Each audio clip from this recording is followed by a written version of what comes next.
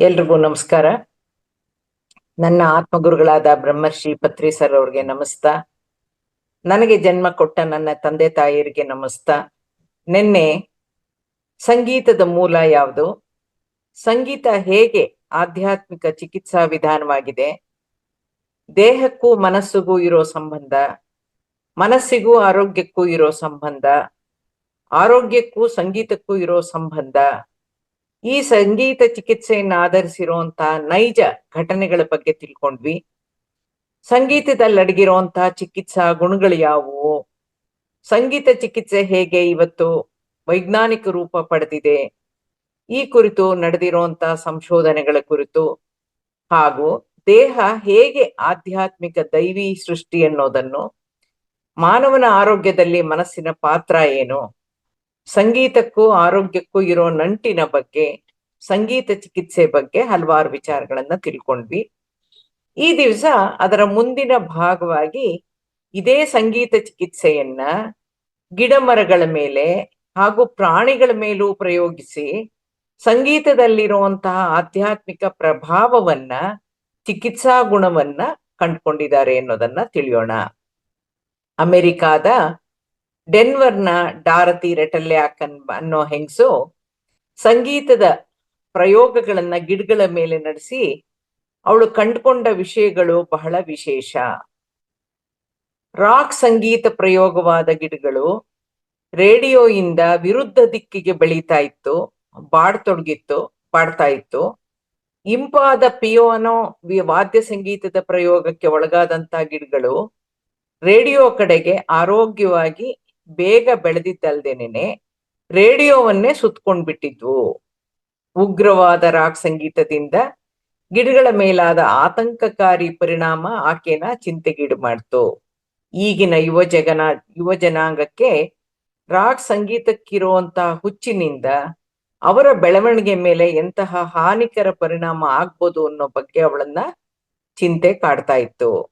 ಅದೇ ಸಮಯದಲ್ಲಿ ಕ್ಯಾಲಿಫೋರ್ನಿಯಾದ ಪತ್ರಿಕೆ ರಿಜಿಸ್ಟರ್ ಅನ್ನೋ ಪತ್ರಿಕೆಯಲ್ಲಿ ಧ್ವನಿವರ್ಧಕದ ಮೂಲಕ ನುಡಿಸಿದ 43 ರಾಕ್ ಸಂಗೀತಗಾರರಲ್ಲಿ 41 ಜನ ಶಾಶ್ವತವಾಗಿ ಕಿವುಡರಾಗಿದ್ರು ಅಂತಾನು, ರಾಕ್ ಸಂಗೀತವನ್ನ ಅತಿ ಜೋರಾಗಿ ಕೇಳಿಸ್ಕೊಳ್ಳೋದ್ರಿಂದಾನು ಕಿವುಡರಾಗೋದಲ್ದೇನೆ ಅವರ ಆಲೋಚನಾ ವಿಧಾನದಲ್ಲಿ ಹಾಗೂ ನಡವಳಿಕೆಯಲ್ಲಿ ನಕಾರಾತ್ಮಕ ಏರುಪೇರುಗಳು ಉಂಟಾಗುತ್ತೆ ಅಂತಾನು ಕ್ಯಾಲಿಫೋರ್ನಿಯಾ ವೈದ್ಯಕೀಯ ಸಂಸ್ಥೆಗೆ ವರದಿ ಸಲ್ಲಿಸೋ ವಿಚಾರ ಪ್ರಕಟವಾಗಿತ್ತು.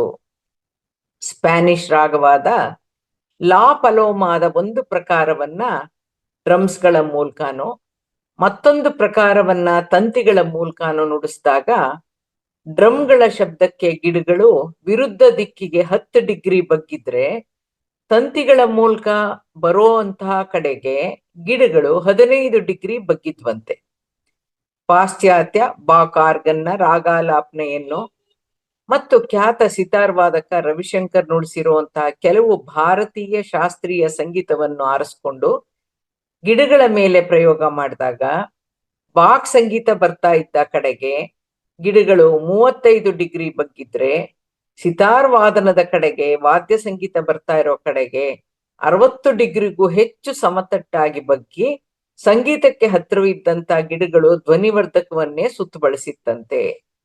ಡಾಕ್ಟರ್ ಲೇಂಜ್ ಅನ್ನೋರು ಅವರ ತೋಟದಲ್ಲಿ ಬೆಳೆಸ್ತಾ ಇದ್ದಂತ ಆರೋಗ್ಯಕಾರಿ ಆಲೂಗೆಡ್ಡೆ, ಲೆಟ್ಯೂಸ್ ಸೊಪ್ಪು, ಕೋಸು ಮತ್ತು ಕೆಂಪು ಮೂಲಂಗಿಗಳ ಪಕ್ಕದಲ್ಲಿ ಇತ್ತೀಚಿನ ರಾಕ್ ಸಂಗೀತವನ್ನ ಪ್ರತಿದಿನ 3 ಗಂಟೆಗಳ ಕಾಲ ಹಾಕ್ತಾ ಬಂದಾಗ ಆ ತರಕಾರಿಗಳೆಲ್ಲ ಸೊರಗಿ ಸತ್ತೋಗಿದ್ವಂತೆ. ಯುವ ಜನತೆಯಲ್ಲಿ ಜನಪ್ರಿಯವಾಗಿರುವಂತ ರೆಗ್ಗೆ ಅನ್ನೋದು, ಹಾರ್ಡ್ ರಾಕ್ ಅನ್ನೋದು, ಹೆವಿ ಮೆಟಲ್ ಅನ್ನುವಂತ ಸಂಗೀತಗಳು ಕೂಡ ಸಸ್ಯಗಳ ಬೆಳವಣಿಗೆಗೆ ಮಾರಕವಾಗಿತ್ತು ಅನ್ನೋದು ಸಾಬೀತಾಗಿದೆಯಂತೆ. ಭಾರತದಲ್ಲಿ ತಿರುಪತಿ ದೇವಸ್ಥಾನದ ಡೇರಿ ಫಾರಂನಲ್ಲಿ 1982ರಲ್ಲಿ ಹಾಲು ಉತ್ಪಾದನೆ ಮೇಲೆ ಸಂಗೀತದ ಪ್ರಭಾವ ಕುರಿತು ಅಧ್ಯಯನ ಮಾಡ್ತಾರೆ. ಪ್ರತಿದಿನ ಬೆಳಗ್ಗೆ ಮತ್ತು ಸಂಜೆ 2:30ಯಿಂದ 5:30ವರೆಗೆ ಮತ್ತು ಹಾಲು ಕರೆಯುವಾಗ ಭಕ್ತಿಗೀತೆಗಳನ್ನ, ಅಣ್ಣಮಾಚಾರ್ಯರ ಕೀರ್ತನೆಗಳನ್ನ, ವೆಂಕಟೇಶ ಸುಪ್ರಭಾತವನ್ನ ಧ್ವನಿವರ್ಧಕಗಳ ಮೂಲಕ ಹಸುಗಳಿರುವಂತಹ ಕೊಟ್ಟಿಗೆಯಲ್ಲಿ ಕೇಳಿಸ್ತಾ ಇರ್ತಾರೆ. ಪಶು ಸಂಗೋಪನೆಯಲ್ಲಿ ಪಶುಗಳನ್ನ ನೋಡಿಕೊಳ್ಳೋರ ಮೇಲೂ ಸಂಗೀತದ ಪ್ರಭಾವ ಬೀರಿ ಅವರ ಮನಸ್ಥಿತಿಯಲ್ಲೂ ಸುಧಾರಣೆ ಕಂಡುಬಂದಿತ್ತು. ಸಮಾಧಾನ ಚಿತ್ತದಿಂದಾನು ಪಶುಗಳನ್ನ ಇನ್ನೂ ಹೆಚ್ಚು ಪ್ರೀತಿಯಿಂದಾನು ನೋಡ್ತಾ ಇದ್ರು ಅಂತ ದಾಖಲೆ ಇದೆ. ಶಾಸ್ತ್ರೀಯ ಸಂಗೀತದ ರಾಗಗಳು ಮನುಷ್ಯನ ಮೇಲೆ ಯಾವ ರೀತಿಯ ಚಿಕಿತ್ಸಾ ಪ್ರಭಾವವನ್ನ ಬೀರಬಹುದು ಅನ್ನೋದನ್ನು, ರಾಗ್ ಸಂಗೀತ ಗಿಡಮರಗಳ ಮೇಲೆ ಎಂತೆಂತಹ ನಕಾರಾತ್ಮಕ ಪ್ರಭಾವ ಬೀರಿದೆ ಅನ್ನೋದನ್ನ ತಿಳಿದ ಮೇಲೆ ಮಾನವ ಯಾವ ರೀತಿಯ ಎಚ್ಚರಿಕೆಗಳನ್ನ ವಹಿಸ್ಬೇಕು ಅನ್ನೋದನ್ನು ನಾವು ತಿಳಿಲೇಬೇಕಲ್ವಾ ವೀಕ್ಷಕರೇ. ನಮ್ಮ ಇಂದಿನ ಮಕ್ಕಳು ನಮ್ಮ ನಾಡಿನ ನಾಳಿನ ಆರೋಗ್ಯವಂತ ಸತ್ಪ್ರಜೆಗಳಾಗಬೇಕಿರುವಾಗ ಯಾವ ರೀತಿಯ ಸಂಗೀತ ಮಾನವನಿಗೆ ಆರೋಗ್ಯಕರ, ಯಾವ ರೀತಿಯ ಸಂಗೀತಗಳು ಮಾನವನಿಗೆ ಮಾರಕ ಅನ್ನೋದನ್ನ ಖಂಡಿತ ತಿಳ್ಕೊಂಡು ಬಳಸಿದ್ರೆ ಕ್ಷೇಮ. ಈ ತಿಳುವಳಿಕೆನ ನಮ್ಮ ಇಂದಿನ ಯುವ ಪೀಳಿಗೆಗೆ ತಲುಪಿಸೋದು ಬಹಳ ಮುಖ್ಯ. ಅದು ನಮ್ಮ ನಿಮ್ಮ ಜವಾಬ್ದಾರಿ ಕೂಡ ಅಂತ ನನಗನ್ಸುತ್ತೆ. ನಾವು ಯಾವ್ಯಾವ ರೀತಿಯಲ್ಲಿ ಸಂಗೀತ ಚಿಕಿತ್ಸೆಯನ್ನ ಅಳವಡಿಸ್ಕೊಳ್ಬಹುದು ಅನ್ನೋದ್ರ ಬಗ್ಗೆ ಸ್ವಲ್ಪ ತಿಳ್ಕೊಳ್ಳೋಣ. ನಿನ್ನೆ ಒಬ್ರು ಪ್ರಶ್ನೆ ಕೇಳಿದ್ರು, ನಾವು ಹೇಗಿದನ್ನ ಉಪಯೋಗ ಮಾಡ್ಕೊಳ್ಳೋದು ಅಂತ. ಸಂಗೀತವನ್ನ ಆಲಿಸೋದು, ಸಂಗೀತ ಬರಬೇಕು ಅಂತಿಲ್ಲ, ಕೇಳಿಸ್ಕೊಳ್ಳೋದು, ಸಂಗೀತವನ್ನ ಹಾಡೋದು, ವಾದ್ಯಗಳನ್ನ ನುಡಿಸೋದು, ಸಂಗೀತವನ್ನ ರಚಿಸೋದು ಮತ್ತು ಸಂಗೀತವನ್ನ ಅಭ್ಯಾಸ ಮಾಡೋದು ಕೂಡ ಸಂಗೀತ ಚಿಕಿತ್ಸೆಯ ವಿಧಾನಗಳೇ. ಸಂಗೀತ ಚಿಕಿತ್ಸೆಯ ಮುಖ್ಯ ಭಾಗ ಸಂಗೀತಾಭ್ಯಾಸ. ಸಂಗೀತ ಅಭ್ಯಾಸ ಮಾಡುವಾಗ ಅಥವಾ ಕೊಳಲು ಅಭ್ಯಾಸ ಮಾಡೋದ್ರಿಂದ ಉಸಿರಾಟಕ್ಕೆ ಸಂಬಂಧಿಸಿರುವಂತಹ ಅಂಗಾಂಗಗಳನ್ನು ತೊಡಗಿಸ್ಕೊಳ್ಳಬೇಕಾಗಿರೋದ್ರಿಂದ ಹಲವಾರು ರಾಗಗಳ ಮೂಲಕ ಪ್ರಾಣಾಯಾಮದ ಅಳವಡಿಕೆನೂ ಆಗೋದ್ರಿಂದ 75-80% ಉಸಿರಾಟ ಸಂಬಂಧಿತ ಕಾಯಿಲೆಗಳು ಗುಣವಾಗುತ್ತೆ ಅನ್ನೋದು ಸಾಬೀತಾಗಿದೆ. ರಂಗನಾಥ್ ಸರ್, ಚಿತ್ರ 16 ಡಿಸ್ಪ್ಲೇ ಮಾಡ್ಕೊಡಿ.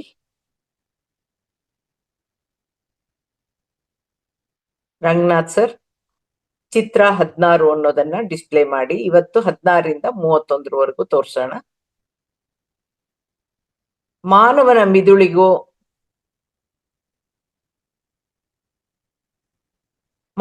ಮಿದುಳಿಗೂ ಸಂಗೀತಕ್ಕೂ ನೇರವಾದ ಸಂಬಂಧ ಇದ್ದು, ವಿವಿಧ ಸ್ವರಗಳು ಮೆದುಳಿನ ವಿವಿಧ ಭಾಗಗಳನ್ನ ಕ್ರಿಯಾತ್ಮಕಗೊಳಿಸುತ್ತೆ. ಚಿತ್ರ 17, 18 ತೋರಿಸ್ಬಿಡಿ. ಸಂಗೀತವನ್ನ ಆಲಿಸುವಾಗ ಮೆದುಳಿನ ಅಮಿಗ್ಡಾಲ ಮತ್ತು ಸಿಂಗ್ಯುಲೇಟ್ ಗೈರಸ್ ಭಾಗಗಳು ಭಾವನಾತ್ಮಕವಾಗಿ ಪ್ರತಿಕ್ರಿಯಿಸಕ್ಕೆ ಕಾರಣ ಅನ್ನೋದನ್ನ ಕಂಡುಹಿಡಿದಿದ್ದಾರೆ. ಚಿತ್ರ 17, 18.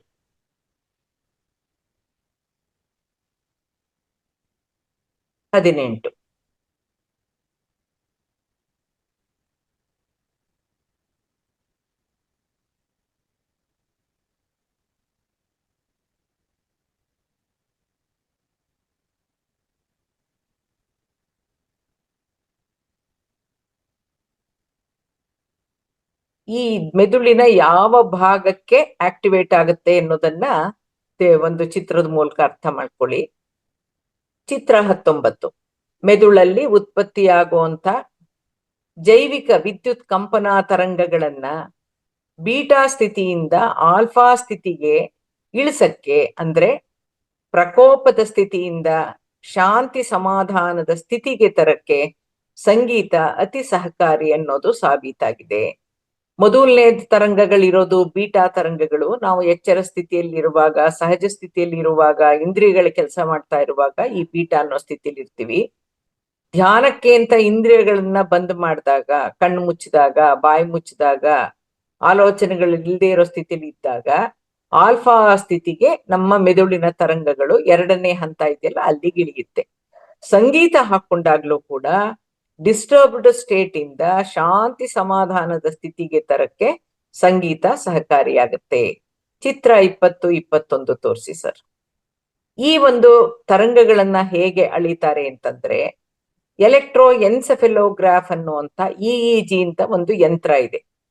ಈ ಯಂತ್ರದ ಮೂಲಕ ಮೆದುಳಲ್ಲಿ ಉತ್ಪತ್ತಿಯಾಗೋ ಜೈವಿಕ ವಿದ್ಯುತ್ ಕಂಪನಗಳನ್ನ ಅಳಿಬಹುದಾದ್ರೂ ಕೂಡ ಹೈಪರ್ ಸ್ಕ್ಯಾನಿಂಗ್ ವಿಧಾನದಲ್ಲಿ ಭಾವಗಳನ್ನು ಒಳಗೊಂಡಿರುವಂತಹ ಸಂಗೀತ ಚಿಕಿತ್ಸೆ ನಡೀತಾ ಇರುವಾಗ ರೋಗಿಯ ಮೆದುಳಿನ ಯಾವ್ಯಾವ ಭಾಗದಲ್ಲಿ ಹಾಗೂ ನರಮಂಡಲದಲ್ಲಿ ಉಂಟಾಗುವಂತಹ ಅತಿ ಸಣ್ಣ ಜೈವಿಕ ವಿದ್ಯುತ್ ಚಟುವಟಿಕೆಗಳನ್ನು ಕೂಡ, ಅತಿ ಸಣ್ಣ ಬದಲಾವಣೆಗಳನ್ನು ಕೂಡ ಗಮನಿಸಬಹುದಾಗಿದೆ ಅನ್ನೋದು ವೈದ್ಯಕೀಯ ಕ್ಷೇತ್ರಕ್ಕೆ ಗಮನಕ್ಕೆ ಬಂದಿದೆ. ಇದೇ ಈ ಯಂತ್ರ.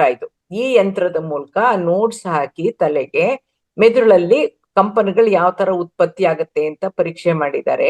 ಸಂಗೀತ ಹಾಕಿದಾಗ ಏನಾಗುತ್ತೆ, ಸಂಗೀತ ಹಾಕ್ತಾ ಇದ್ದಾಗ ಏನಾಗುತ್ತೆ, ಧ್ಯಾನ ಮಾಡುವಾಗ ಏನಾಗುತ್ತೆ ಅನ್ನೋದನ್ನ ಅಳೆದು ಅದರಿಂದ ಬೀಟಾ ಸ್ಥಿತಿ ಕಂಪನಗಳಿಂದ ಆಲ್ಫಾಗೆ ಸಮಾಧಾನ ಸ್ಥಿತಿಗೆ ಬರ್ಬೋದು ಅನ್ನೋದು ಪ್ರೂವ್ ಆಗಿದೆ.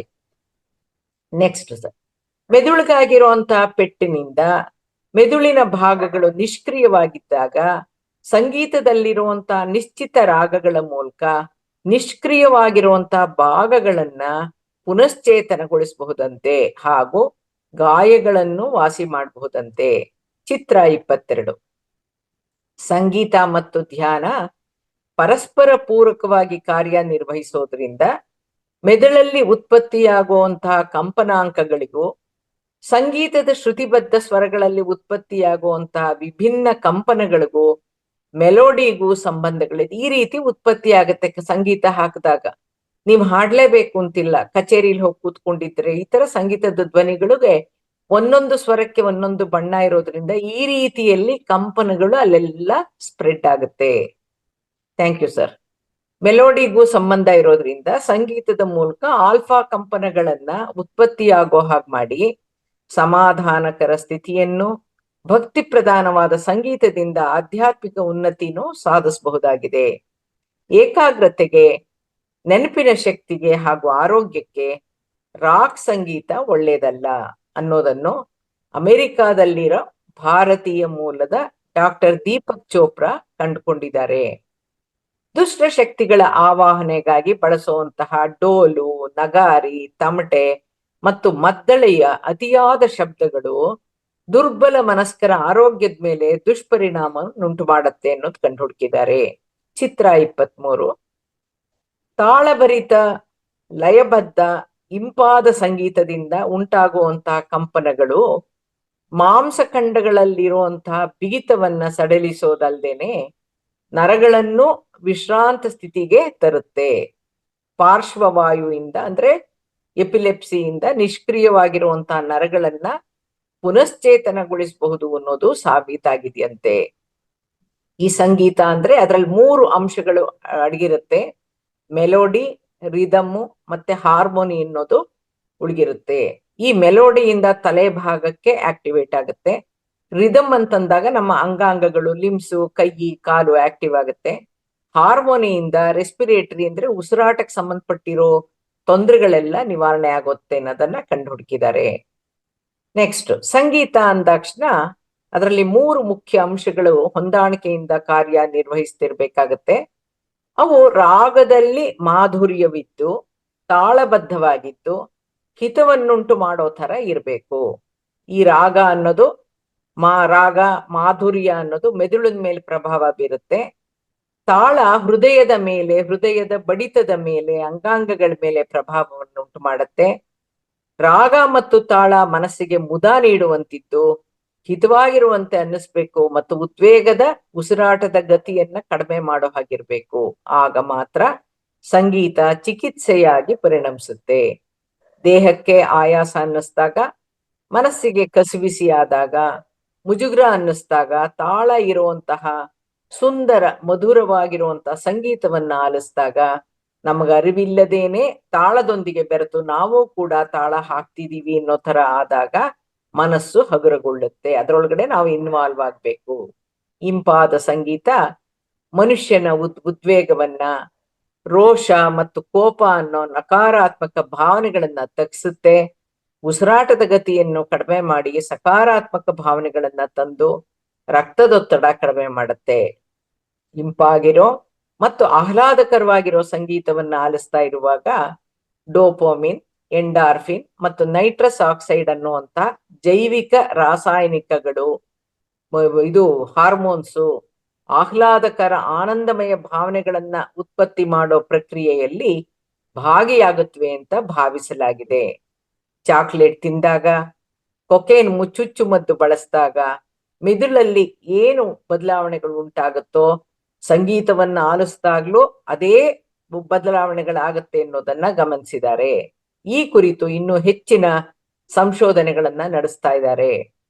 ಅದೇ ವೇಗವಾಗಿರುವಂತಹ ತಾಳಮದ್ದಲೆಗಳು ಹೆಚ್ಚಿರುವಂತಹ ಜೋರು ಶಬ್ದದಿಂದ ಕೂಡಿರುವಂತಹ ನಿಮಿಷಕ್ಕೆ 72ಕ್ಕಿಂತ ಹೆಚ್ಚಿರುವಂತಹ ತಾಳಭರಿತ ಸಂಗೀತಗಳು ವಿರುದ್ಧ ತರದ ದುಷ್ಪರಿಣಾಮಗಳನ್ನ ಅಂದ್ರೆ ರಕ್ತದೊತ್ತಡನ ಜಾಸ್ತಿ ಆಗಕ್ಕೆ, ಹೃದಯದ ಬಡಿತ ಹೆಚ್ಚಾಗಕ್ಕೆ ಮತ್ತು ಮೆದುಳಿನ ಕಂಪನಗಳು ಅಪಾಯದ ಮಟ್ಟಕ್ಕೆ ಏರಕ್ಕೆ ಕಾರಣವಾಗುತ್ತಂತೆ.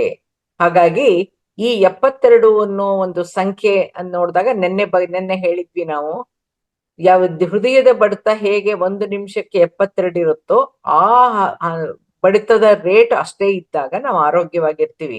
ಹಾಗಾಗಿ ನಾವು ಸಂಗೀತ ಕೇಳುವಾಗ ತಾಳಮದ್ದಲೆಗಳು ಜಾಸ್ತಿ ಇದ್ರೆ ನಮ್ಮ ಹೃದಯದ ಬಡಿತ ಜಾಸ್ತಿ ಆಗುತ್ತೆ. ನಮ್ಮ ಉದ್ದೇಶ ಏನು, ಹೃದಯದ ಬಡಿತ ನಾರ್ಮಲ್ ಇರ್ಬೇಕು, ಅದಕ್ಕಿಂತ ಒಂಚೂರು ಕಡಿಮೆ ಇದ್ರೂ ಪ್ರಶಾಂತ ಸ್ಥಿತಿಯಲ್ಲಿ ಇರ್ಬೇಕಾಗಿರೋದ್ರಿಂದ ಅಪಾಯದ ಮಟ್ಟಕ್ಕೆ ಏರದೇ ಇರುವಂತಹ ತಾಳಮದ್ದಲೆಗಳು ಕಡಿಮೆ ಇರುವಂತಹ ಅತಿಯಾದ ಶಬ್ದಗಳಿಲ್ಲದೆ ಇರೋ ತರ ಸಂಗೀತವನ್ನ ಕೇಳಬೇಕು.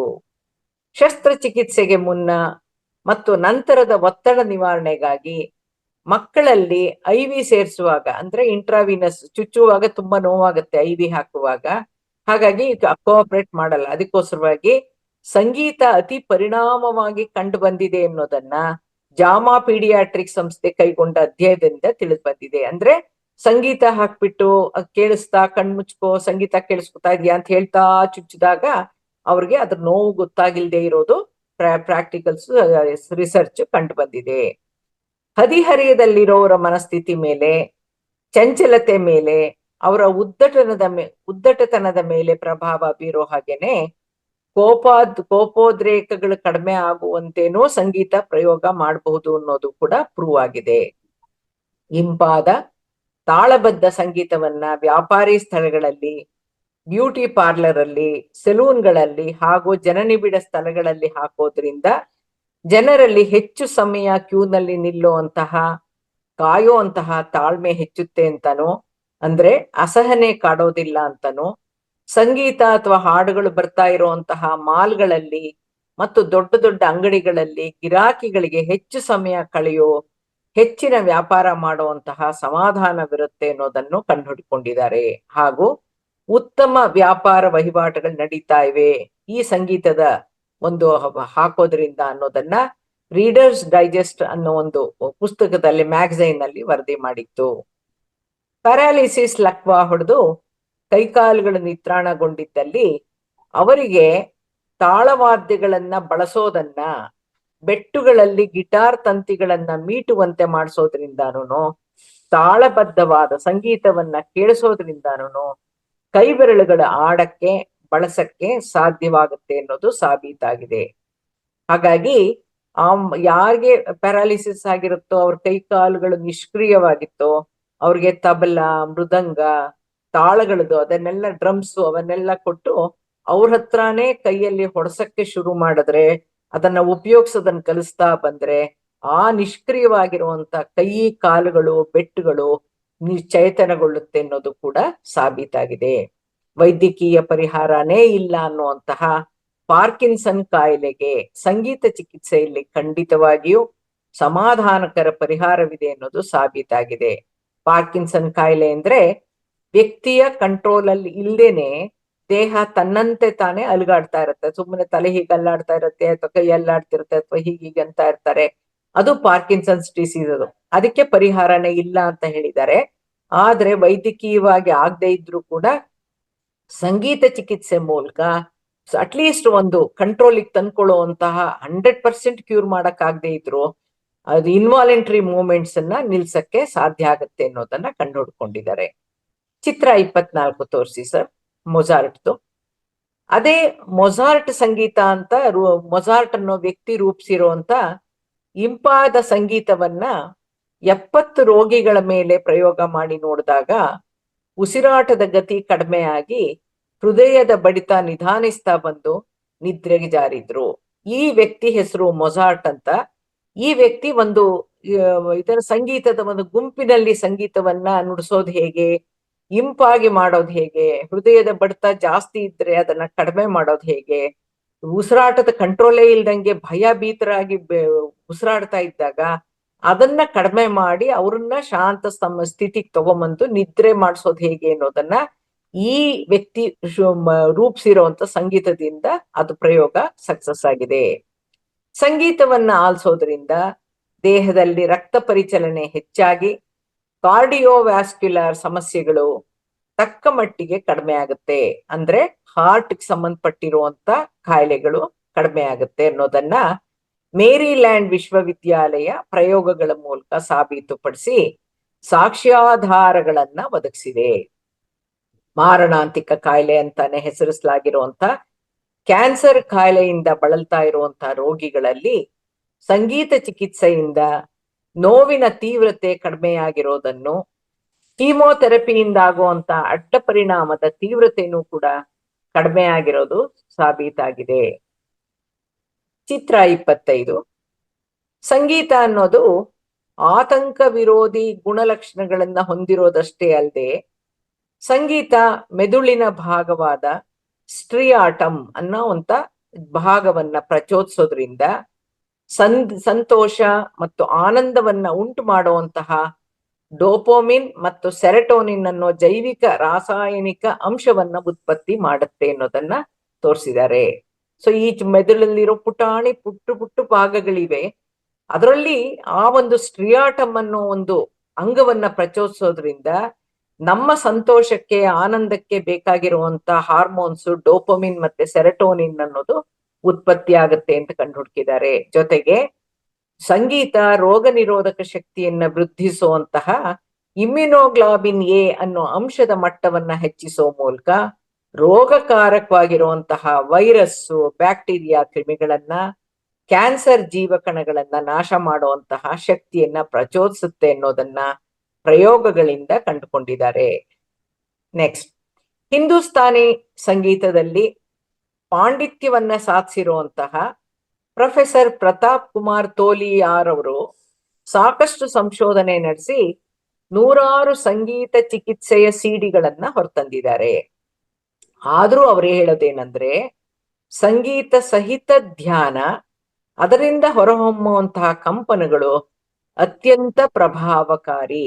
ಆಕ್ಚುಯಲ್ ಆಗಿ ನೀವು ಮಾಡ್ತಾ ಇರುವಂತಹ ಕಚೇರಿಗಳಿಗೆ ಹೋದಾಗ ಅಲ್ಲಿರೋದು ಆ ಸಂಗೀತದ ಕಂಪನಗಳಿಂದ ಬರುವಂತಹದ್ದು ತುಂಬಾ ಪರಿಣಾಮಕಾರಿ ಅಂತ ಹೇಳಿದ್ದಾರೆ. ಆದ್ರೂ ಅವರು ಕ್ಯಾಸೆಟ್ಗಳನ್ನ ಹೊರತಂದಿದ್ರು. ಅವರೇ ಹೇಳ್ತಾರೆ, ನಿಜವಾಗಿ ನಡೆಯುವಂತ ಸಂಗೀತ ಕಾರ್ಯಕ್ರಮಗಳಲ್ಲಿ, ಸಂಗೀತ ಕಚೇರಿಗಳಲ್ಲಿ ಭಾಗವಹಿಸಿ ಪಕ್ವಾದ್ಯದೊಂದಿಗಿರೋ ಸಂಗೀತವನ್ನ ಆಲಿಸೋದ್ರಿಂದ ಇನ್ನೂ ಹೆಚ್ಚಿನ ಪರಿಣಾಮ ಬೀರುತ್ತೆ ಅಂತ ತೋಲಿಯಾರ್ ಅವರು ಹೇಳಿದ್ದಾರೆ.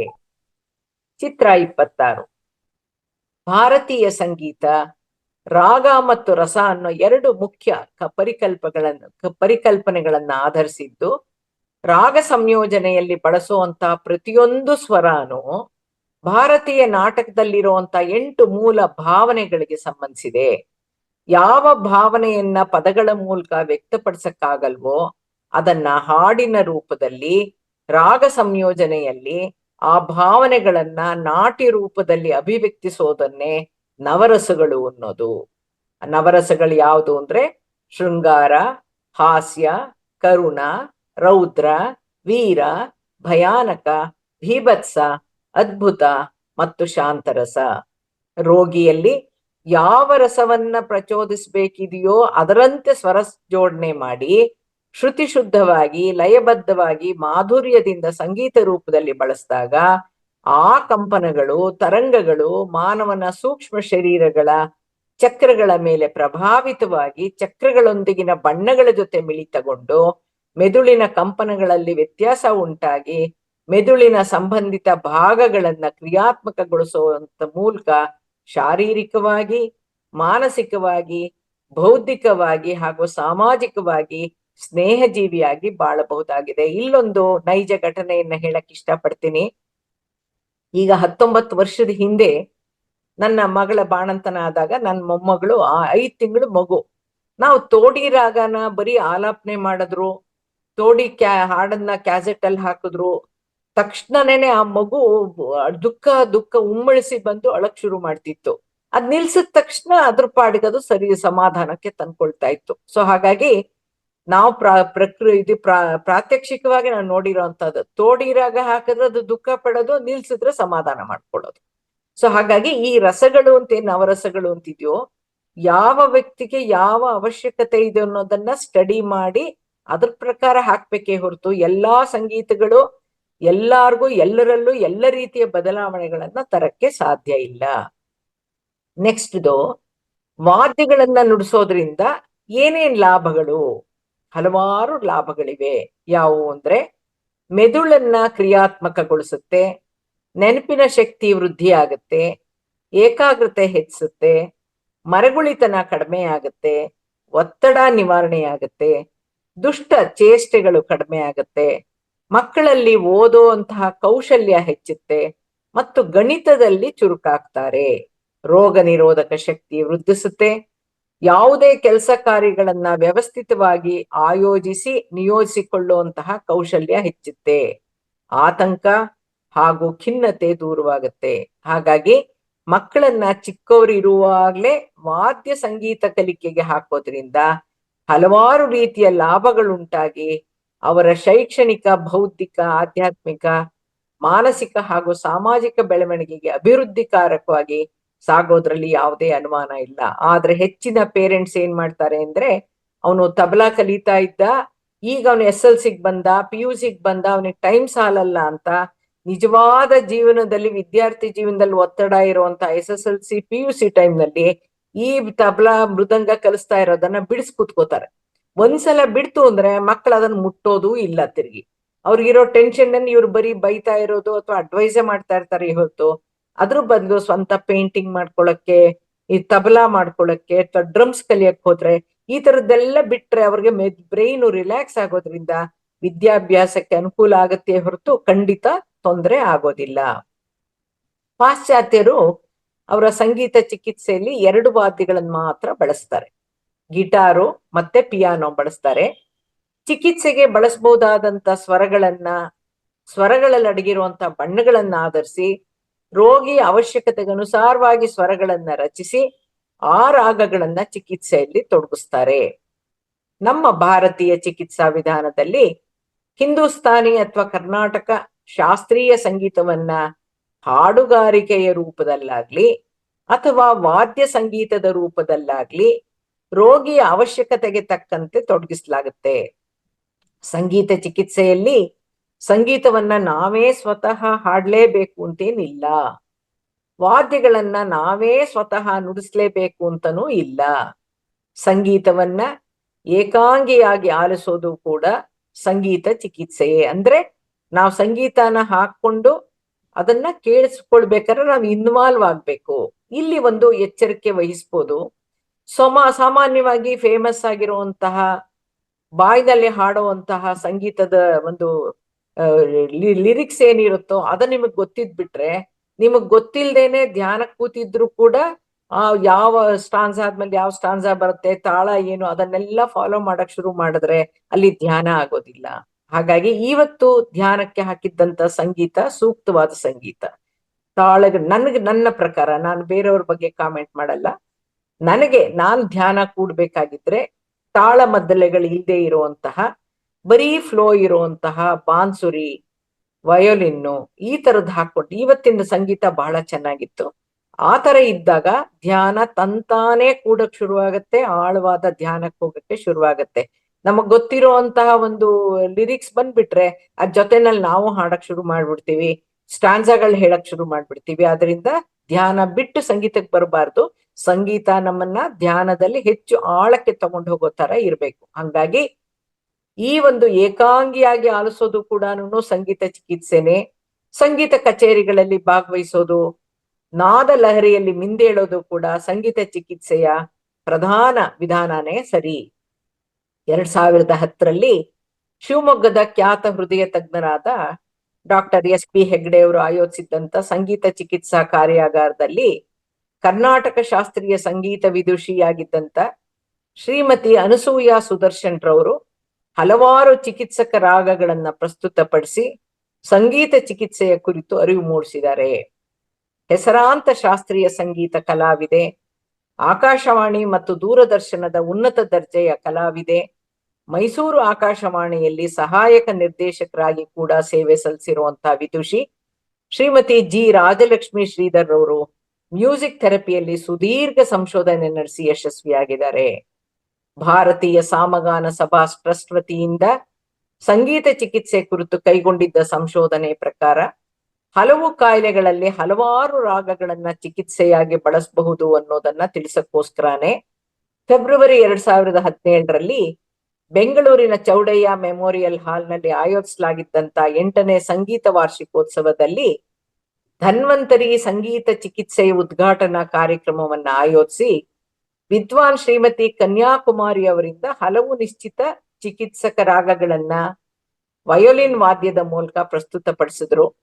ಅವುಗಳು ಯಾವುವು ಅಂತಂದ್ರೆ, ನೆನಪಿನ ಶಕ್ತಿಯನ್ನ ವೃದ್ಧಿಸ್ಕೊಳ್ಳೋಕೆ ಹಿಂದೋಳ ರಾಗ, ನಿದ್ರಾಹೀನತೆಗೆ ಕಾಪಿ ರಾಗ, ಭಾವಾವೇಶವನ್ನ ಅಥವಾ ಉಗ್ರವತಾರವನ್ನ ಕಡಿಮೆಗೊಳಿಸಕ್ಕೆ ಕೀರ್ವಾಣಿ ರಾಗ, ಹೃದಯ ಸಂಬಂಧಿತ ಕಾಯಿಲೆಗಳಿಗೆ ಚಾರುಕೇಶಿ ರಾಗ, ಅಧಿಕ ರಕ್ತದೊತ್ತಡಕ್ಕೆ ಆನಂದ ಭೈರವಿ ರಾಗ, ಜಡತ್ವದಿಂದ ಹೊರಬರಕ್ಕೆ ಶಿವರಂಜಿನಿ ರಾಗ, ತಾಳ್ಮೆ ಬೆಳೆಸ್ಕೊಳ್ಳೋಕೆ, ನೋವುಗಳನ್ನ ಸಹಿಸ್ಕೊಳ್ಳೋಕೆ ಅಥವಾ ದೀರ್ಘಕಾಲಿಕವಾಗಿ ಅಂತವ್ರಿಗೆ ರೇವತಿ ರಾಗ, ಹಾಗೂ ಆತಂಕ ಕಡಿಮೆ ಮಾಡಿಕೊಳ್ಳಕ್ಕೆ ಕರಹರ ಪ್ರಿಯ ರಾಗಗಳನ್ನ ನುಡಿಸೋ ಮೂಲಕ ಸಂಗೀತ ಚಿಕಿತ್ಸಾ ವಿಧಾನವನ್ನ ಪರಿಚಯಿಸ್ತಾ ಇಂದಿನ ಜೀವನ ಮಾನಸಿಕ ಒತ್ತಡಗಳಿಂದ ಕೂಡಿದೆ ಅಂತನೋ, ವೃತ್ತಿಪರತೆಯಿಂದ ನಿದ್ರೆಯ ರೀತಿ ನೀತಿಗಳಲ್ಲಿ, ಜೀವನ ಶೈಲಿಯಲ್ಲಿ ಹಾಗೂ ಆಹಾರ ವಿಹಾರಗಳಲ್ಲಿ ವ್ಯತ್ಯಾಸ ಉಂಟಾಗಿರೋದ್ರಿಂದ ಮೆದುಳಿನ ಕಾರ್ಯಕ್ಷಮತೆಯಲ್ಲಿ ಏರುಪೇರಾಗಿ ದೈಹಿಕವಾಗಿ ಮಧುಮೇಹ, ರಕ್ತದೊತ್ತಡ ಹಾಗೂ ಹೃದಯ ಸಮಸ್ಯೆಗಳಾಗ್ತಾ ಇವೆ ಅಂತನೋ, ಮಾನಸಿಕ ಮತ್ತು ಭಾವನಾತ್ಮಕ ಅನಾರೋಗ್ಯವಾಗಿರುವಂತಹ ಖಿನ್ನತೆ, ಆತಂಕ ಮತ್ತು ಉದ್ವೇಗಗಳಿಗೆ ತುತ್ತಾಗ್ತಾ ಇರೋದ್ರಿಂದ ಆರೋಗ್ಯ ಹೊಂದಕ್ಕೆ ಇಂಪಾದ ಸಂಗೀತ ಸಹಕಾರಿಯಾಗುತ್ತೆ ಅನ್ನೋದನ್ನ ಮನವರಿಕೆಯಾಗೋ ಹಾಗೆ ವಿವರಿಸಲಾಗಿದೆ. ಮೈಸೂರಿನಲ್ಲಿ ಉನ್ನತಿ ಎಂಟರ್ಟೈನ್ಮೆಂಟ್ ಸಂಸ್ಥೆ ರಾಗಾರೋಗ್ಯ ಅನ್ನುವಂತಹ ಒಂದು ಬೃಹತ್ ಕಾರ್ಯಕ್ರಮಗಳನ್ನ ಆಯೋಜಿಸಿ ನಿರ್ದಿಷ್ಟ ಕಾಯಿಲೆ ಮತ್ತು ಆರೋಗ್ಯ ಕುರಿತಂತೆ ಆಯಾ ತಜ್ಞ ವೈದ್ಯರಿಂದ ವೈಜ್ಞಾನಿಕ ಮಾಹಿತಿ ಮತ್ತು ತಿಳುವಳಿಕೆಯನ್ನ ನೀಡೋದ್ರ ಜೊತೆಗೆ ಆ ಕಾಯಿಲೆಯನ್ನ ವಾಸಿ ಮಾಡಿಕೊಳ್ಳೋದ್ರಲ್ಲಿ ಸಂಗೀತದ ಮತ್ತು ರಾಗಗಳ ಉಪಯುಕ್ತತೆಗಳನ್ನು, ಆರೋಗ್ಯದ ಮೇಲೆ ಅವುಗಳ ಪ್ರಭಾವ ಕುರಿತಂತೆ ಮಾಹಿತಿಯನ್ನು, ಸಂಗೀತ ಅದ್ಭುತವಾದ ಚಮತ್ಕಾರವನ್ನ ಸೃಷ್ಟಿಸುತ್ತೆ ಅನ್ನೋದನ್ನು, ಜೊತೆಗೆ ಸಾಬೀತಾಗಿರುವಂತಹ ನೈಜ ಘಟನೆಗಳನ್ನು ಸಾದರಪಡಿಸೋ ಮೂಲಕ ಸಾರ್ವಜನಿಕರಲ್ಲಿ ಸಂಗೀತ ಚಿಕಿತ್ಸೆ ಕುರಿತು ಅರಿವನ್ನ ಪ್ರಪಂಚದಾದ್ಯಂತ ಮೂಡಿಸ್ಬೇಕು ಅನ್ನುವಂತ ಆಶಯವನ್ನಿಟ್ಟುಕೊಂಡು ಸ್ವಾಸ್ಥ್ಯ ಸಮಾಜವನ್ನ ನಿರ್ಮಾಣ ಮಾಡಬೇಕು ಅನ್ನೋ ಸದುದ್ದೇಶವನ್ನಿಟ್ಟುಕೊಂಡು ಜನೋಪಯೋಗಿ ಮಹತ್ ಕಾರ್ಯಗಳನ್ನ ಉಚಿತವಾಗಿ ಪ್ರಸ್ತುತಪಡಿಸ್ತಾ ಬಂದಿದೆ. ರಾಗಾರೋಗ್ಯ 1 ಅನ್ನೋ ಮೊದಲನೇ ಕಾರ್ಯಕ್ರಮದಲ್ಲಿ ಮಧುಮೇಹಕ್ಕೆ ಜನಸಮ್ಮೋಹಿನಿ ಮತ್ತು ಭಾಗ್ಯಶ್ರೀ ರಾಗದಲ್ಲಿ ಸಂಗೀತವನ್ನು, ನಿದ್ರಾಹೀನತೆಗೆ ರೀತಿಗೌಳ ಮತ್ತು ಕಾಪಿ ರಾಗಗಳಲ್ಲಿರೋ ಹಾಡುಗಳನ್ನು, ಏಕಾಗ್ರತೆಗೆ ಮತ್ತು ಗಮನವಿಟ್ಟು ಆಲಿಸುವಂತಹ ಶಕ್ತಿಯನ್ನು ವೃದ್ಧಿಸಕ್ಕೆ ಮೋಹನ ರಾಗವನ್ನು ಹಾಗೂ ಮೋಹನ ರಾಗದಲ್ಲಿರುವ ಹಲವಾರು ಕೃತಿಗಳನ್ನ ಪ್ರಸ್ತುತಪಡಿಸಿ ಸಂಗೀತ ಚಿಕಿತ್ಸೆ ಕುರಿತು ಅರಿವನ್ನ ಮೂಡಿಸಿದ್ರು. ಇದೇ ಉನ್ನತಿ ಸಂಸ್ಥೆಯ 2ನೇ ಕಾರ್ಯಕ್ರಮವನ್ನ ನವೆಂಬರ್ 23, 2019ರಲ್ಲಿ ಪ್ರಸ್ತುತಪಡಿಸಿದ್ರು. ಪ್ರಖ್ಯಾತ ಹೃದಯ ತಜ್ಞ ಡಾಕ್ಟರ್ NS ರಾಜೇಂದ್ರರವರ ಉಪಸ್ಥಿತಿಯಲ್ಲಿ ಮಾರ್ಗದರ್ಶನದಲ್ಲಿ ಸರಿಗಮಪ ಪ್ರಖ್ಯಾತಿಯ ಶ್ರೀಹರ್ಷರ ಸಂಗೀತದ ಗಾನ ಸೇರಿಯೊಂದಿಗೆ ಆಯೋಜಿಸಲಾಗಿತ್ತು. ಡಾಕ್ಟರ್ NS ರಾಜೇಂದ್ರ ಅವರು ಹೃದಯ ಸಂಬಂಧಿ ಅನಾರೋಗ್ಯಗಳ ಕುರಿತು ಸಾಕಷ್ಟು ಉಪಯುಕ್ತ ಮಾಹಿತಿ ಕೊಟ್ಟು ನಮ್ಮ ದೇಶದಲ್ಲಿ 33% ಸಾವುಗಳು ಹೃದಯ ಸಂಬಂಧಿತ ರೋಗಗಳಿಂದ ಆಗ್ತಾ ಇದೆ ಅಂತಾನೋ, ಹೃದ್ರೋಗಗಳಿಗೆ ತುತ್ತಾಗದಂತೆ ಯಾವ ರೀತಿಯ ಮುನ್ನೆಚ್ಚರಿಕೆಗಳನ್ನ ವಹಿಸಬೇಕು ಅನ್ನೋದನ್ನು ತಿಳಿಸ್ತಾ ಸಂಗೀತದ ಚಮತ್ಕಾರದ ಒಂದು ನೈಜ ಘಟನೆಯ ಮೂಲಕ ಅವರ ಸ್ವಾನುಭವವನ್ನ ವಿವರಿಸಿದ್ರು. ಈ ಕಾರ್ಯಕ್ರಮದಲ್ಲಿ ನಾವು ಭಾಗವಹಿಸಿದ್ವಿ. 22 ವರ್ಷ ವಯಸ್ಸಿನ ಉದ್ಯೋಗಿಯೊಬ್ಬರಿಗೆ ಹೃದಯಾಘಾತವಾಗಿ ಅವರ ಹತ್ರ ಬಂದಿದ್ರಂತೆ. ಅವರಿಗೆ ಆಂಜಿಯೋಪ್ಲಾಸ್ಟಿ ಮಾಡ್ಬೇಕಾಗಿ ಬಂದಿತ್ತಂತೆ. ಅವರಿಗೆ ಆ ಪ್ರೊಸೀಜರ್ ತಿಳಿದು ಆ ಭಯ ಇತ್ತಂತೆ, ಅವ್ರಿಗೆ ನೋವಾಗುತ್ತೆ ಅನ್ನೋ ಭಯ ಇತ್ತು. ಅವರ ಪ್ರವೃತ್ತಿ ಏನು ಅಂತ ವಿಚಾರಿಸಿದ್ರಂತೆ. ಆಗ ಅವ್ರು ಹೇಳಿದ್ರಂತೆ, ನಾನು ಸಂಗೀತಕಾರ ಅಂತ ಹೇಳಿದ್ರಂತೆ. ಆಗ ಡಾಕ್ಟರ್ ಅವ್ರಿಗೆ ಯಾವ್ದಾದ್ರು ಒಂದು ಹಾಡನ್ನ ಹೇಳಕ್ಕೆ ಹೇಳಿದ್ರಂತೆ. ಅವರು ಮಹದೇಶ್ವರನ ಮೇಲೆ ಒಂದು ಹಾಡು ಹೇಳಕ್ಕೆ ಪ್ರಾರಂಭಿಸಿದ್ರಂತೆ. ಹಾಡು ಮುಗಿಯುವಷ್ಟರಲ್ಲಿ ಅವ್ರಿಗೆ ಆಂಜಿಯೋಪ್ಲಾಸ್ಟಿ ಅನ್ನೋ ಒಂದು ಪ್ರೊಸೀಜರ್ನ ಯಶಸ್ವಿಯಾಗಿ ಮಾಡಿ ಮುಗ್ದಿತ್ತಂತೆ. ಅವರ ಭಯಾನೂ ಓಡ್ ಹೋಗಿತ್ತಂತೆ, ಅವರ ನೋವು ಕೂಡ ತಿಳಿಲೇ ಇಲ್ವಂತೆ. ಈ ಘಟನೆಯ ಜೊತೆಗೆ ಇನ್ನೂ ಕೆಲವು ಸಂಗೀತದ ಪ್ರಭಾವದ ಅನುಭವಗಳನ್ನ ವೇದಿಕೆಯಲ್ಲಿ ಡಾಕ್ಟರ್ ರಾಜೇಂದ್ರ ಅವರು ಹಂಚಿಕೊಂಡ್ರು. ಹೃದಯ ಸಂಬಂಧಿತ ಯಾವ ಯಾವ ಆರೋಗ್ಯದ ಸಮಸ್ಯೆಗೆ ಯಾವ ರಾಗ ಅನ್ನೋದನ್ನ ಶ್ರೀಹರ್ಷ ಅವರು ತಿಳಿಸ್ತಾ ಆಯಾ ರಾಗದಲ್ಲಿರುವ ಹಲವಾರು ಹಾಡುಗಳನ್ನ ಹಾಡೋ ಮೂಲಕ ಮನರಂಜಿಸಿದ್ರು. ಉದಾಹರಣೆಗೆ ದುಃಖದಿಂದ ಮತ್ತು ಖಿನ್ನತೆಯಿಂದ ಹೊರಬರಕ್ಕೆ ಶಿವರಂಜಿನಿ, ಹೃದಯಕ್ಕೆ ಚೈತನ್ಯ ತುಂಬಕ್ಕೆ ಭೀಂಪಲಾಸ್, ನೆಮ್ಮದಿಯ ನಿದ್ರೆಗೆ ಮತ್ತು ಪ್ರಶಾಂತತೆಗೆ ಮಧ್ಯಮಾವತಿ, ಅತಿಯಾದ ರಕ್ತದೊತ್ತಡಕ್ಕೆ ಕರ್ನಾಟಕ ಸಂಗೀತದಲ್ಲಿ ಚಕ್ರವಾಕ ರಾಗ, ಹಿಂದೂಸ್ತಾನಿ ಸಂಗೀತದಲ್ಲಿ ಆಹಿರ್ ಭೈರವ್ ಮತ್ತು ದರ್ಬಾರಿ ಕನ್ನಡ ರಾಗ ಅಂತಾನು, ಕಡಿಮೆ ರಕ್ತದೊತ್ತಡಕ್ಕೆ ಹಿಂದೋಳ ಇತ್ಯಾದಿ ಅಂತ ವಿವರಿಸಿ ಈ ರಾಗಗಳಲ್ಲಿರುವಂತ ಹಾಡುಗಳನ್ನ ಪ್ರಸ್ತುತಪಡಿಸಿದ್ರು. ಆ ಕಾರ್ಯಕ್ರಮವೇ ಹೃದಯ ಸ್ವಾಸ್ಥ್ಯದ ಬಗ್ಗೆ ಆಗಿದ್ರಿಂದ ಕೇಳಿ ರಾಗ ಆಭೇರಿ, ಹೃದಯದ ರೋಗ ಪರಾರಿ ಎನ್ನುವಂತ ಒಂದು ಧ್ಯೇಯ ವಾಕ್ಯವನ್ನ ಎಲ್ರ ತಲೆನಲ್ಲೂ ಕೂಡ ರಿಜಿಸ್ಟರ್ ಮಾಡಿಸಿದ್ರು. ಮೈಸೂರಿನ ರಾಗ ಮ್ಯೂಸಿಕ್ ಅಕಾಡೆಮಿ ಅನ್ನೋ ಸಂಸ್ಥೆ ಆರೋಗ್ಯಕ್ಕಾಗಿ ಕ್ಷೇಮಕ್ಕಾಗಿ ಸಂಗೀತ ಅನ್ನೋ ಧ್ಯೇಯವನ್ನಿಟ್ಕೊಂಡು ಪ್ರತಿ ತಿಂಗಳು ಆರೋಗ್ಯವನ್ನ ಕುರಿತು ನುರಿತ ವೈದ್ಯರಿಂದ ಉಪನ್ಯಾಸ ಮತ್ತು ಮೈಸೂರಿನಲ್ಲಿ ಶಾಸ್ತ್ರೀಯ ಸಂಗೀತ ಕಾರ್ಯಕ್ರಮವನ್ನು ಹಮ್ಮಿಕೊಳ್ತಾ ಇದ್ದು ಇದುವರೆಗೂ 80 ಕಾರ್ಯಕ್ರಮಗಳನ್ನ ನಡೆಸಿದೆ ಅನ್ನೋದನ್ನ ಓದಿದ್ದೀನಿ. ಸಂಗೀತ ಚಿಕಿತ್ಸೆ ಬಗ್ಗೆ ಇಷ್ಟೆಲ್ಲ ಕೇಳಿದ್ಮೇಲೆ ನಿಮ್ಗನ್ಸುತ್ತೆ, ಯಾವ ಮಾತ್ರೆ ಇಲ್ದೆ ಚುಚ್ಚುಮದ್ದಿಲ್ದೆ ಕಣ್ಣು ಮುಚ್ಚಿ ಕೂತೋ ಮಲಗೋ ಸಂಗೀತ ಕೇಳೋದಾದ್ರೆ ಮಾಡಬಹುದಪ್ಪ ಅಂತ ಅನ್ಸುತ್ತೆ. ಆದ್ರೆ ಸಂಗೀತ ಕಲ್ತಿಲ್ವಲ್ಲ, ರಾಗ ತಾಳ ಗೊತ್ತಿಲ್ವಲ್ಲ, ಯಾರ ಹತ್ರ ಹೋಗಿ ನನ್ನ ಆರೋಗ್ಯ ಸಮಸ್ಯೆಗೆ ಯಾವ ರೀತಿಯ ಸಂಗೀತ ಚಿಕಿತ್ಸೆ ಅಂತ ಹೇಗೆ ಕೇಳ್ಬೇಕು ಅಂತಾನು ಗೊತ್ತಿಲ್ವಲ್ಲ, ಏನ್ ಕೇಳ್ಬೇಕು ಅಂತಾನು ಗೊತ್ತಿಲ್ವಲ್ಲ, ಏನ್ ಮಾಡೋದು ಅಂತ ನಿಮ್ಗೆ ಅನ್ನಿಸ್ತಾ ಇರಬಹುದು. ಸಂಗೀತ ಚಿಕಿತ್ಸೆಯಲ್ಲಿ ಸಂಗೀತವನ್ನ ತಾವೇ ಸ್ವತಃ ಹಾಡ್ಲೇಬೇಕು ಅಂತೇನಿಲ್ಲ, ವಾದ್ಯಗಳನ್ನ ತಾವೇ ಸ್ವತಃ ನುಡಿಸ್ಲೇಬೇಕು ಅಂತನೂ ಇಲ್ಲ. ಸಂಗೀತವನ್ನ ಆಲಿಸೋದು ಕೂಡ ಸಂಗೀತ ಚಿಕಿತ್ಸೆಯ ಪ್ರಮುಖ ಭಾಗ ವಿಧಾನ. ಹಾಗಾಗಿ ಇಂದು ಮಾರುಕಟ್ಟೆಯಲ್ಲಿ ಮ್ಯೂಸಿಕ್ ಟುಡೇ ಅನ್ನೋ ಕಂಪನಿ ಸಂಗೀತ ಚಿಕಿತ್ಸಕರ ಮಾರ್ಗದರ್ಶನದಲ್ಲಿ ಯಾವ ಅನಾರೋಗ್ಯದ ತೊಂದರೆಗೆ ಯಾವ ರಾಗ ಅಂತ ತಿಳಿದು 100 ಸಿಡಿಗಳನ್ನ ಮಾರುಕಟ್ಟೆಗೆ ಬಿಟ್ಟಿದ್ದಾರೆ. ದಿನನಿತ್ಯ ಜೀವನದಲ್ಲಿ ಹಾಡೋ ಅಂತ ಅನಾರೋಗ್ಯದ ಸ್ಥಿತಿಗತಿಗಳಿಗೆ ಸಂಶೋಧನೆ ಮೂಲಕ ಚಿಕಿತ್ಸೆಯಾಗಿ ಪರಿಣಮಿಸಿರುವಂತಹ ಸಂಗೀತದ ಸಿಡಿಗಳು ಸರ್. ಚಿತ್ರ 27, 28, 29 ಮೂರನ್ನು ಡಿಸ್ಪ್ಲೇ ಮಾಡ್ಕೊಡಿ ಸರ್. ಹಾಗಾಗಿ ಸಂಶೋಧನೆ ಮೂಲಕ ಚಿಕಿತ್ಸೆಯಾಗಿ ಪರಿಣಮಿಸಿರುವಂತಹ ಸಂಗೀತದ ಸಿಡಿಗಳು ಅಧಿಕ ರಕ್ತದೊತ್ತಡಕ್ಕೆ, ಮಧುಮೇಹಕ್ಕೆ, ಖಿನ್ನತೆಗೆ ಅಂತಾನೆ, ರಕ್ತದೊತ್ತಡಕ್ಕೆ, ಧ್ಯಾನಕ್ಕೆ ಮತ್ತು ಯೋಗ ನಿದ್ರೆ ಅಭ್ಯಾಸ ಮಾಡಕ್ಕೂ ಕೂಡ ಸಿಡಿಗಳು ಸಿಗ್ತಾ ಇದೆ. ಅತಿ ಸುಲಭ ವಿಧಾನದಲ್ಲಿ ಈ ಸಂಗೀತ ಚಿಕಿತ್ಸೆನ ಯಾವ ರೀತಿಲಿ ಅಳವಡಿಸ್ಕೊಳ್ಬಹುದು ಅಂದ್ರೆ, ಎಲ್ರ ಹತ್ರ ಮೊಬೈಲ್, ಸ್ಮಾರ್ಟ್ ಫೋನ್ ಇದ್ದೇ ಇರುತ್ತೆ. ಮೊಟ್ಟ ಮೊದಲಿಗೆ ಯೂಟ್ಯೂಬ್ಗೆ ಹೋಗಿ healing music for headache ಅಂತಾನೋ, ಫಾರ್ ಸ್ಟಮಕ್ ಪೇನ್ ಅಂತಾನೋ, ಅಥವಾ for music for menstrual cramps ಅಂತಾನೋ, ಮೆಂಟಲ್ ಸ್ಟ್ರೆಸ್ ಅಂತಾನೋ ನೀವು ಆ ಕ್ಷಣದ ಅವಶ್ಯಕತೆಗೆ ತಕ್ಕಂತೆ ಸರ್ಚ್ಗೆ ಹಾಕಿದರೆ ನಾವು ಕೇಳಿಸ್ಕೊಳ್ಬೇಕಿರುವಂತ ಸಂಗೀತಗಳು ಯೂಟ್ಯೂಬ್ ನಲ್ಲಿ ಲಭ್ಯವಿದ್ದು ಬಳಸ್ಕೊಳ್ಬಹುದಾಗಿದೆ. ಆ ಸಂಗೀತವನ್ನ, ವಾದ್ಯ ಸಂಗೀತವನ್ನ ಕೇಳಿಸ್ಕೊಳ್ತಾ ಇದ್ದಂತೆ ನಿಮಗೆ ಹಿತ ಅನ್ಸಿದ್ರೆ, ನಿದ್ರೆ ಬರೋ ಹಾಗಾಗ್ತಾ ಇದೆ, ಕಣ್ಣು ಜಾರ್ತಾ ಇದೆ ನಿದ್ರೆಗೆ ಅಂತ ಅನ್ಸಿದ್ರೆ ಅದು ಚಿಕಿತ್ಸೆಯಾಗಿ ಪರಿಣಮಿಸ್ತಾ ಇದೆ ಅಂತ ಅರ್ಥ. ಮತ್ತೊಂದು ರೀತಿಯಲ್ಲಿ ಹೇಗೆ ನಾವು ಬಳಸಬಹುದು ಅಂದ್ರೆ, ಇದೇ ಯೂಟ್ಯೂಬ್ ನಲ್ಲಿ music to heal body and mind ಅಂತ ಕೊಟ್ರೆ, ದೇಹ ಮತ್ತು ಮನಸ್ಸನ್ನ ಗುಣಪಡಿಸಕ್ ಸಂಗೀತ ಅಂತ ಸರ್ಚ್ಗೆ ಹಾಕಿದ್ರೆ ಮೆದುಳನ್ನ ಕ್ರಿಯಾತ್ಮಕಗೊಳಿಸುವಂತಹ ವಿವಿಧ ವಿಭಿನ್ನ ನಾದಗಳನ್ನು ಒಳಗೊಂಡಿರುವಂತಹ ಸಂಗೀತವನ್ನ ವಿದ್ಯಾರ್ಥಿಗಳಿಗೆ ಕೇಳಿಸಿದ್ರೆ ವಿದ್ಯಾರ್ಥಿಗಳಿಗೆ ಏಕಾಗ್ರತೆ ಮತ್ತು ನೆನಪು ವೃದ್ಧಿಸುತ್ತೆ ಅನ್ನೋದನ್ನ ಧ್ಯಾನ ಗುರು ಡಾಕ್ಟರ್ ನಿಪುಣ್ ಅಗರ್ವಾಲ್ ಅವರು ಸಾಬೀತುಪಡಿಸಿದ್ದಾರೆ. ಇಲ್ಲಿ ಒಂದು ವಿಚಾರ ತಿಳ್ಕೊಳ್ಬಹುದು. ಈಗ ಮಕ್ಕಳು ಹಾಸ್ಟೆಲ್ ಅಲ್ಲಿ ಓದ್ತಾ ಇರ್ತಾರೆ, ತುಂಬಾ ಗಲಾಟೆಗಳು ನಡೀತಾ ಇರುತ್ತೆ, ಸದ್ದುಗದ್ಲ ಆಗ್ತಿರುತ್ತೆ, ಕಾನ್ಸಂಟ್ರೇಟ್ ಮಾಡಕ್ ಆಗ್ತಾ ಇಲ್ಲ ಅನ್ನೋ ಅಂತವ್ರು ರೇಡಿಯೋದಲ್ಲೋ ಅಥವಾ ಒಂದು ಮೊಬೈಲ್ ಅಲ್ಲೋ ಫ್ಲೋ ಬರ್ತಿರುವಂತ ಯಾವ್ದು ಮ್ಯೂಸಿಕ್ ಫಾಲೋ ಮಾಡೋ ಅಂತದ್ದಲ್ಲ, ಬರೀ ಕೇಳಿಸ್ಕೋಬೇಕು ಅಂತ ಹಾಕೊಂಡ್ರೆ ಅವರ ಗಮನ ಸಂಪೂರ್ಣ ಏಕಾಗ್ರತೆಯಿಂದ ಓದಕ್ಕೆ ಸಾಧ್ಯ ಆಗುತ್ತೆ. ಹಾಗಾಗಿ ಹಾಸ್ಟೆಲ್ ನಲ್ಲಿ ಇರೋರು ಅಥವಾ ಮನೆಯಲ್ಲೇ ತುಂಬಾ ಗಲಾಟೆ, ಈ ಸೀರಿಯಲ್ ಗಲಾಟೆ ಅವೆಲ್ಲ ಆಗ್ತಾ ಇದ್ರೆ ಅವುಗಳು ನಮ್ ಕಿವಿ ಮೇಲೆ ಬೀಳ್ದೆ ಇರೋ ಹಾಗೆ ಸಣ್ಣದಾಗ ಒಂದ್ ಸಂಗೀತ ಇಟ್ಕೊಂಡು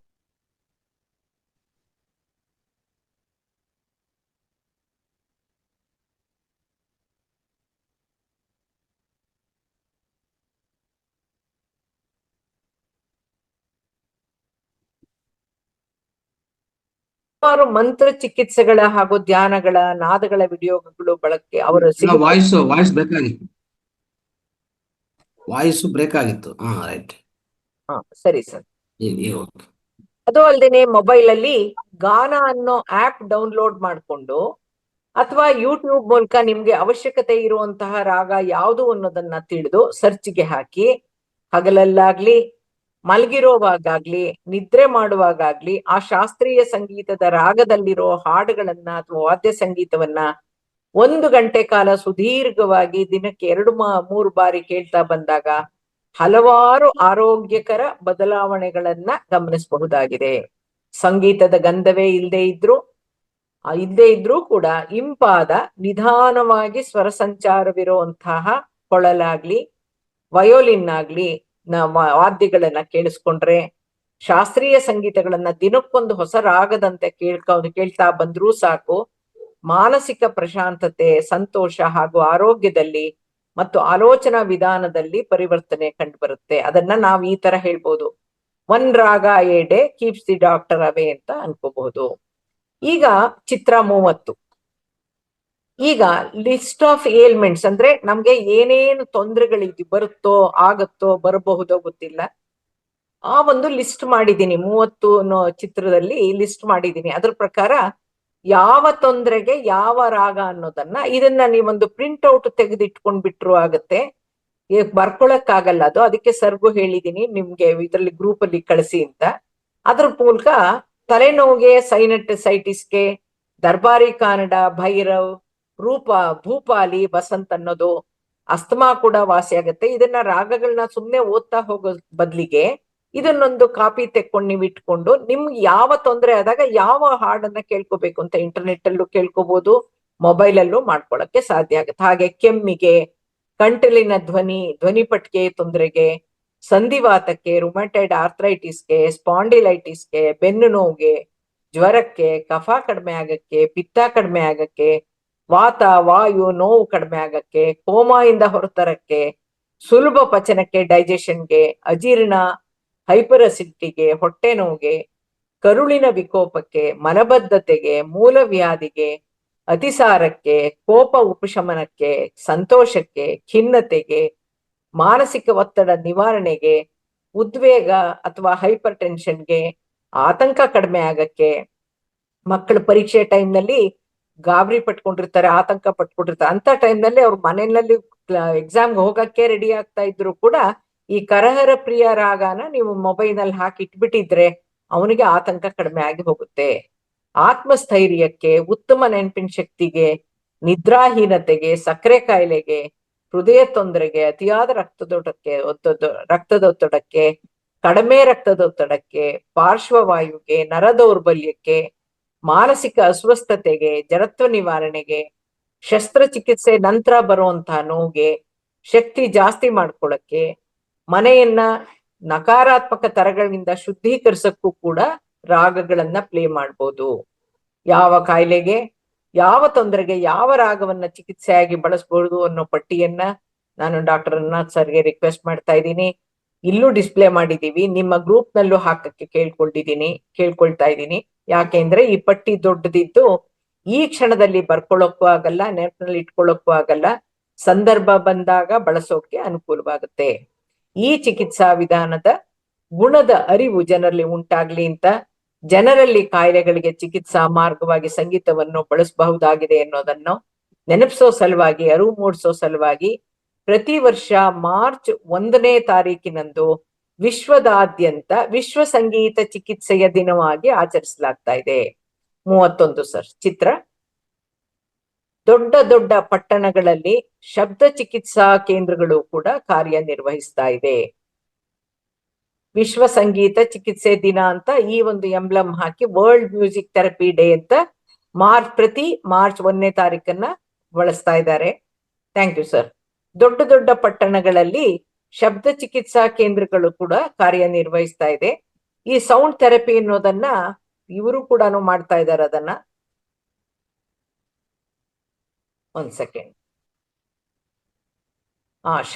ಸೌಂಡ್ ಥೆರಪಿ ಅನ್ನೋದನ್ನ, ಈ ಸೌಂಡ್ ಥೆರಪಿನಲ್ಲಿ ಫ್ಲೋ ಇರೋ ಮ್ಯೂಸಿಕ್ ಇರಲ್ಲ, ಆದ್ರೆ ಯಾವ ಫ್ರೀಕ್ವೆನ್ಸಿಯ ಸೌಂಡ್ ಥೆರಪಿಟಿಕ್ ಆಗಿ ಅಂದ್ರೆ ಚಿಕಿತ್ಸಾ ವಿಧಾನವಾಗಿ ಬಳಸ್ಬೇಕು, ಯಾವ ಯಾಕಂದ್ರೆ ಬಣ್ಣಗಳಿಗೂ ಫ್ರೀಕ್ವೆನ್ಸಿ ಇದೆ, ಸ್ವರಗಳಿಗೂ ಫ್ರೀಕ್ವೆನ್ಸಿ ಇರೋದ್ರಿಂದ ಯಾವ ಸ್ವರ ಯಾವ ಒಂದು ಫ್ರೀಕ್ವೆನ್ಸಿದು ಅವಶ್ಯಕತೆ ಇದೆ ಅನ್ನೋದು ನೋಡ್ಕೊ